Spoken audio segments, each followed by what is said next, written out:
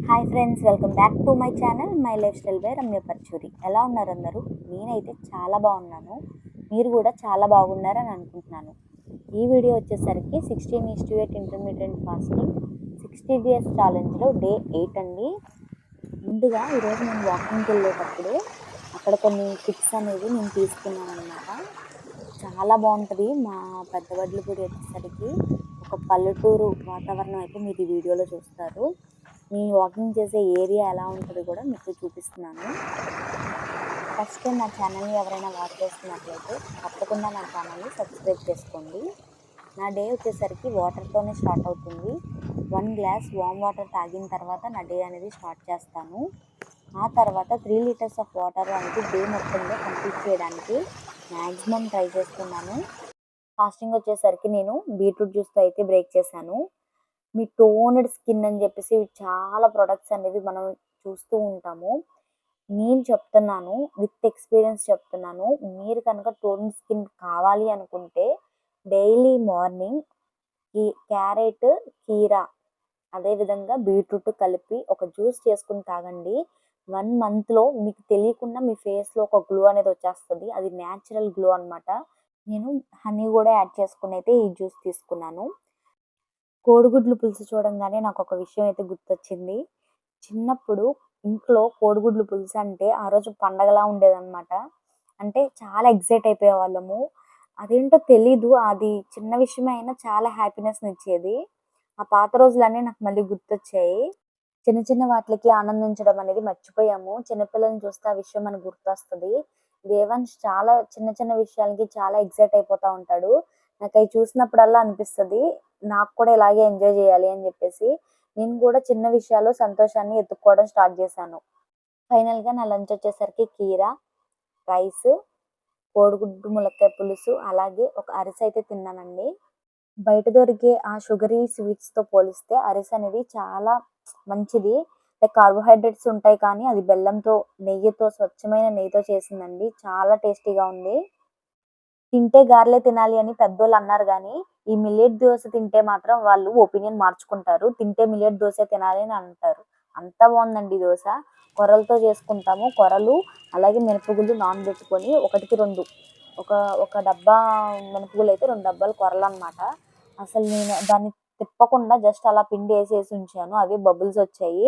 ఎంత పర్ఫెక్ట్‌గా ఏసినా ఎక్కడో చోట ఒక కన్నం పడడం అనేది నా స్టైల్ ఆఫ్ దోసలనమాట. సెట్ దోసల్లా వచ్చాయి. సూపర్ సూపర్ టేస్టీగా ఎగ్ కర్రీతో అయితే నేను తీసుకున్నాను నా డిన్నర్‌ని.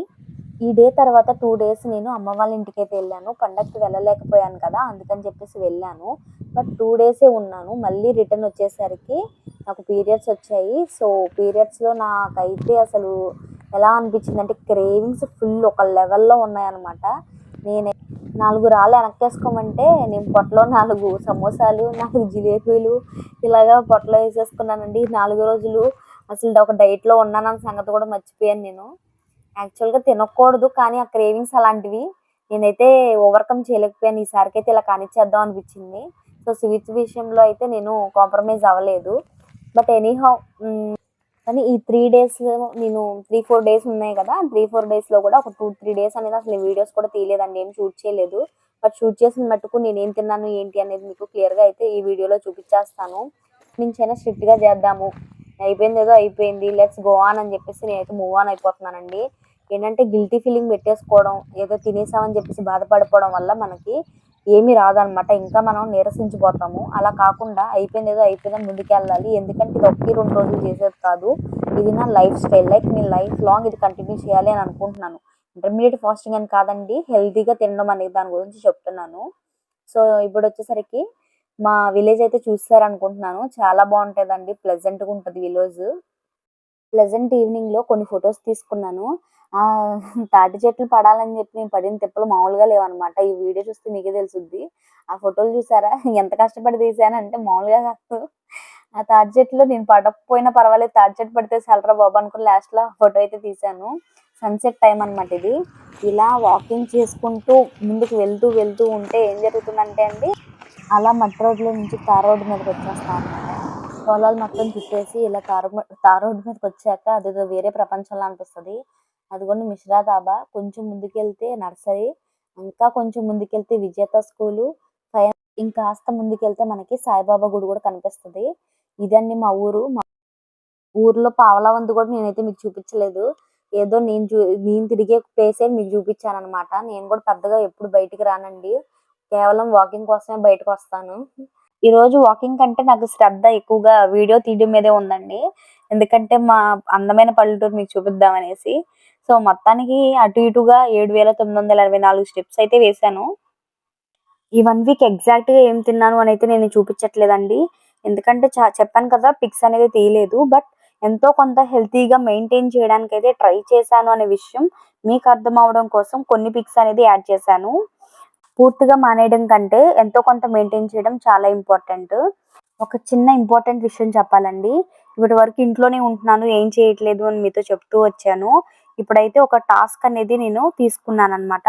దానికోసం నా టైం అనేది చాలా మేనేజ్ చేయాల్సి వస్తుంది. సో నా వీడియోస్ కొంచెం క్రిస్ప్ అండ్ క్లియర్గానే ఉంటాయి, ఏమనుకోకండి. బట్ నాకు అది పర్సనల్గా చాలా హెల్ప్ అవుతుంది అనమాట. ఆ టాస్క్ ఏంటి, నేను అది సక్సెస్ అయ్యానా లేదా అనేది కమింగ్ వీడియోస్లో నేనే మీకు చెప్తాను. ఇదే అండి ఈరోజు వీడియో. ఈ వీడియో కనుక మీకు నచ్చినట్లయితే లైక్ చేయండి, కామెంట్ చేయండి, షేర్ చేయండి. అలాగే నా ఛానల్ని సబ్స్క్రైబ్ చేసుకోండి. బాయ్. Thanks for watching.